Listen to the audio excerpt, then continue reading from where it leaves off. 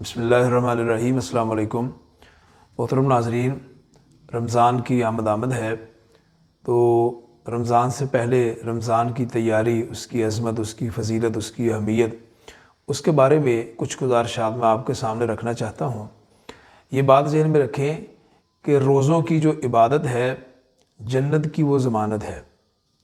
یہ اللہ کے رسول صلی اللہ علیہ وسلم کی حدیث سے ثابت ہے، اور ویسے بھی چونکہ مومن کی جو زندگی ہے وہ ساری زندگی وہ اسی لیے ہے کہ فمن زحزح عن النار وادخل الجنۃ فقد فاز، کہ جہنم سے آزاد کر دیا جائے اور جنت کا داخلہ مل جائے، تو یہی کامیابی ہے۔ اور اس کامیابی کے حصول کے لیے اگر اللہ آپ کو رمضان کے روزوں کا موقع دے دے تو یہ بہت بڑی بات ہے، بڑی عظمت والی بات ہے۔ اللہ کے رسول صلی اللہ علیہ وسلم کے پاس ایک آدمی آتا ہے، دیکھیں بڑا پیارا واقعہ ہے۔ جاء رجل الی رسول اللہ صلی اللہ علیہ وسلم دلنی علی عمل اذا عملته دخلت الجنہ۔ ایک آدمی آیا، آ کر وہ عرض کرتا ہے، یا رسول اللہ صلی اللہ علیہ وسلم مجھے کوئی ایسا عمل بتائیں، میری کسی ایسے عمل کی طرف رہنمائی کریں کہ جب میں اس کو اپنی زندگی میں لاؤں اس عمل کو تو دخلت الجنہ، میں جنت میں داخل ہو جاؤں۔ یعنی کہ ایک عام آدمی جو ہے اس کی بھی کوشش ہے، اس کی بھی جد و جہد ہے، اس کی بھی لگن اور اس کا جذبہ یہ ہے کہ میں جنت میں چلا جاؤں۔ جنت اتنی عظیم جگہ ہے۔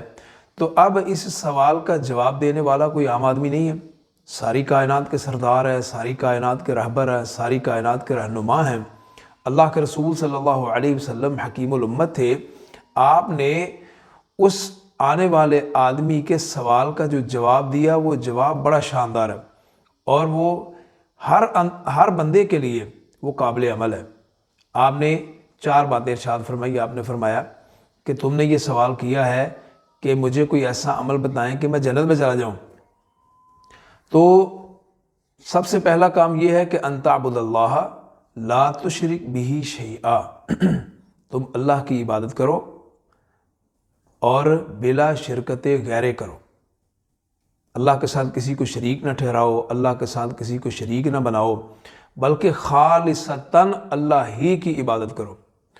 نمبر 2، وَتُقِيمَ الصَّلَاةَ الْمَكْتُوبَةَ، فرض نماز کو قائم کرو، یعنی کہ جو نماز ہے اس کا قیام، اس کی پابندی، اس پر ہمیشگی یہ لازم ہے۔ وَتُؤَدِّ الزَّكَاةَ الْمَفْرُوضَةَ، اور تم زکوٰۃ کو ادا کرو۔ وَتَصُومَ رمضان، اور رمضان کے روزے رکھو۔ یہ 4 کام ہیں۔ نمبر 1، اللہ کی عبادت بلا شرکت غیر، نماز کا قیام، زکوٰۃ کی ادائیگی، اور رمضان کے روزے۔ وَتَصُومَ رمضان، اللہ کے رسول صلی اللہ علیہ وسلم نے یہ بات اس کو سمجھا دی، بتلا دی۔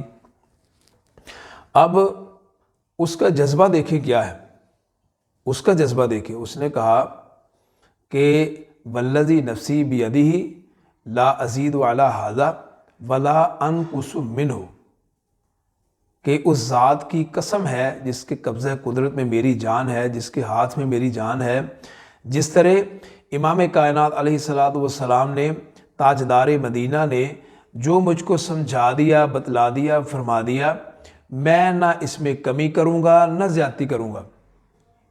جیسے اللہ کے رسول نے فرمایا ہے، نہ اس میں سستی ہوگی، نہ اس میں کسی قسم کی کاہلی ہوگی، اور نہ میں اپنی طرف سے اس کو بڑھانے کی کوشش کروں گا، بلکہ اللہ کے رسول نے جیسے مجھ کو جس ڈگر پر، جس راستے پر گامزن کر دیا ہے، میں اسی کے مطابق زندگی گزاروں گا۔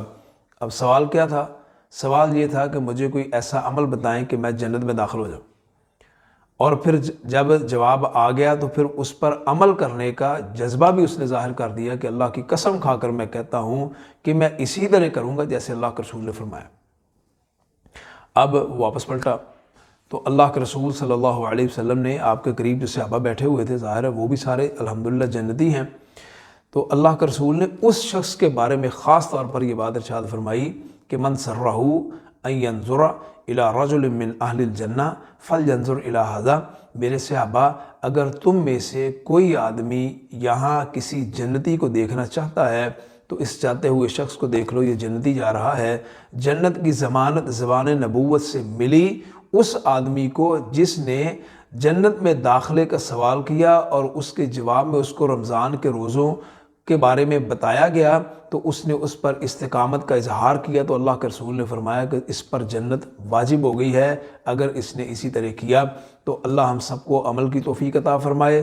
رمضان کے روزے آ رہے ہیں، پوری جستجو کے ساتھ، پوری لگن کے ساتھ جنت کے حصول کے لیے کوشش کریں۔ محترم ناظرین، یہ ہمارا جو چینل ہے وہ آپ کو انہی باتوں کی طرف توجہ دلاتا ہے۔